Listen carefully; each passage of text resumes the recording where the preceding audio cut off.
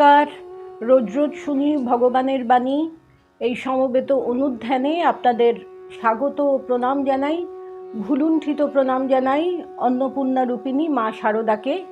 এই বিষয়ে আমরা কয়েকটি পর্বে অনুধ্যান করব। আজ সপ্তমী তিথি। সপ্তমী তিথির দেবী হলেন কালরাত্রি। অন্নপূর্ণা মা দুর্গারই একটি রূপ। সন্তানের ক্ষুধার তৃপ্তি সাধনের জন্যে অন্ন যোগান দেন তিনি, তাই তিনি অন্নপূর্ণা। মা অন্নপূর্ণার গাত্রবর্ণে লাল আভা, মুখে স্মিত হাসি। তার ডান দিকে দণ্ডায়মান শিব ঠাকুর। শিবের হাতে ভিক্ষাপাত্র, মায়ের একটি হাতে অন্নপাত্র আর একটি হাতে হাতা, যা দিয়ে তিনি শিবকে অন্নদান করেন। মা অন্নপূর্ণা দেবীর পাশে দুপাশে আছেন ভূমি অর্থাৎ পৃথিবী এবং শ্রী অর্থাৎ ঐশ্বর্য। স্কন্দ পুরাণের কাশীখণ্ডে অন্নপূর্ণার আবির্ভাব কাহিনীতে বলা হয়েছে, মহর্ষি বেদব্যাস তখন কাশীতে বাস করছেন। ভগবান শিবের চিন্তা ও আরাধনায় তিনি একেবারে মগ্ন হয়ে আছেন। একদিন কাশী বিশ্বনাথের ইচ্ছা হলো তার ভক্তকে তিনি পরীক্ষা করবেন। প্রতিদিনের মতো সেদিন বেদব্যাস মাধুকরী ভিক্ষায় গেলেন, কিন্তু কোনো ভিক্ষাই পেলেন না। সারাদিন তিনি অভুক্ত। পরের দিন আবার তিনি মাধুকরী ভিক্ষায় গেলেন, কিন্তু সেদিনও পেলেন না। শিব দেখতে চাইছেন তার ভক্তের মনের ভক্তি বিশ্বাস। দুদিন না খেয়ে বেদব্যাসের শরীর অত্যন্ত দুর্বল হয়ে পড়ল। তার মনে কেবলই অন্নচিন্তা এবং তার মনে অত্যন্ত ক্রোধ জন্মালো কাশীবাসীর প্রতি। তিনি কাশীবাসীর উদ্দেশ্যে অভিশাপ দিলেন। মা আবার এই অন্নহীন সন্তানের দুর্দশা দেখে থাকতে পারলেন না। তিনি একজন সাধারণ নারীর ছদ্মবেশ নিয়ে বেদব্যাসের কাছে এলেন এবং তাকে নিজের গৃহে আমন্ত্রণ জানালেন। সশিষ্য বেদব্যাস সেই গৃহে এসে ভোজন করে তৃপ্ত হলেন। রাগও গলে গেল, কিন্তু মা অন্নপূর্ণা তাকে ক্ষমা করলেন না। তিনি সাজা দিলেন। ব্যাসদেব বুঝতে পারেননি যে কাশীশ্বরী অন্নপূর্ণাই অন্নদাত্রী, কাশীবাসী নন। মা অন্নপূর্ণা তাকে বললেন, অষ্টমী এবং চতুর্দশী এই দুটি তিথি ছাড়া আর কোনো তিথিতে ব্যাসদেব কাশীতে থাকতে পারবেন না।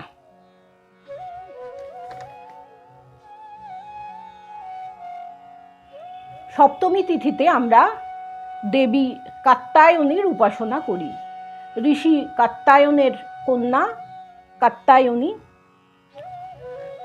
ঋষি কাত্যায়ন কন্যা সন্তান কামনায় কঠোর তপস্যা করেছিলেন। তিনি যখন তপস্যারত, তখন মহিষাসুরের অত্যাচার থেকে সকলকে রক্ষা করার জন্যে সব দেবতার তেজ পুঞ্জীবিত হয়েছিল এই ঋষি কাত্যায়নের আশ্রমে। সেই আলোকপুঞ্জ থেকে জন্ম নেয় অপরূপ এক কন্যামূর্তি, দেবী কাত্যায়নী। কাত্যায়ন ঋষি দেবীর আবাহন ও বোধন করেছিলেন একটি বেল গাছের তলায়। শিহর গ্রামের বেল গাছের তলায় রামচন্দ্র মুখোপাধ্যায়ের স্ত্রী শ্যামাসুন্দরী দেবী একটু অসুস্থ বোধ করে বসে পড়েছিলেন। হঠাৎ লাল চেলি পরা একটা সুন্দর টুকটুকে ছোট মেয়ে বেলগাছ থেকে নেমে শ্যামাসুন্দরী দেবীর গলা জড়িয়ে ধরে বলেছিলেন, আমি তোমার ঘরে এলাম মা। শ্যামাসুন্দরী দেবী জ্ঞান হারান। পরে বুঝতে পারেন তিনি সন্তান সম্ভবা। কিছুদিন পরে শ্যামাসুন্দরী দেবীর কোল আলো করে জন্ম নিলেন সেই শিশু কন্যা কাত্যায়ন রামচন্দ্রের কন্যা কাত্যায়নী শারদা। নবরাত্রির সপ্তমী তিথির দেবী হচ্ছেন কালরাত্রি। ঈশ্বরের পূজ্যা যে ঈশ্বরী, তিনি কালরাত্রি। তিনি বিঘ্ননাশিনী, সিদ্ধিদাত্রী। কালরাত্রির কুণ্ডলিনী শক্তিকে ফলহারিণী কালী পূজার রাত্রে উদ্বোধিত করেছিলেন ভগবান শ্রীরাম ও কৃষ্ণদেব। আজও সেই পরমা শক্তি মা শারদা সকলের বিঘ্ন নাশ করে চলেছেন। আমরা একটি ঘটনার কথা জানি। শারদেশানন্দজি বলছেন যে জয়রামবাটিতে মাঝরাত্রে তার ঘুম ভেঙে গেছে, দেখছেন যে একটা আলো জ্বলছে। মা মাটি কুপিয়ে সেই খোলামকুচিগুলো বের করে একটা ঝুড়িতে ভরছেন। শারদেশানন্দজি বলছেন যে তখন রাত 2-2:30 হবে, মা আপনি এ কী করছেন? মা বলছেন, বাবা ছেলেরা এসেছে কলকাতা থেকে, তাদের খালি পায়ে হাঁটার অভ্যাস নেই, এখানে খালি পায়ে হাঁটে, একজনের তো ইঁটে লেগে পাই কেটে গেল, রক্ত বেরিয়ে গেল, তাই আমি এটুকু করছি। তা শারদেশানন্দজি বলছেন, আপনাকে করতে হবে না, আপনি বিশ্রাম নিন, আমি করছি। তা মা বলছেন, তোমরাই তো সব করছো, তুমি করলে তো আমার করা হবে না বাবা, সারাদিন পরিশ্রমের পরে তুমি একটু বিশ্রাম নিচ্ছ, সবাই বিশ্রাম নিচ্ছে বাবা, আস্তে আস্তে বলো। তা শারদেশানন্দজি বলছেন, ঠিক আছে, বাকিটা আমি করব। তা মা বলছেন, না, আমি মারা ছেলেদের জন্য কত কি করে, আমি তো কিছু করি না বাবা, তুমি বিশ্রাম নাও, আমি করি।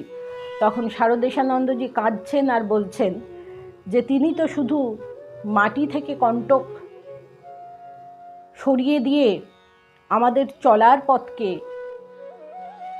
নিষ্কণ্টক করছেন না, সারা জীবন তিনি কাঁটার মুকুট, কাঁটার মালা পরে আছেন, যাতে আমাদের জীবন থেকে সমস্ত বাধা বিঘ্ন দূর হয়ে যায়।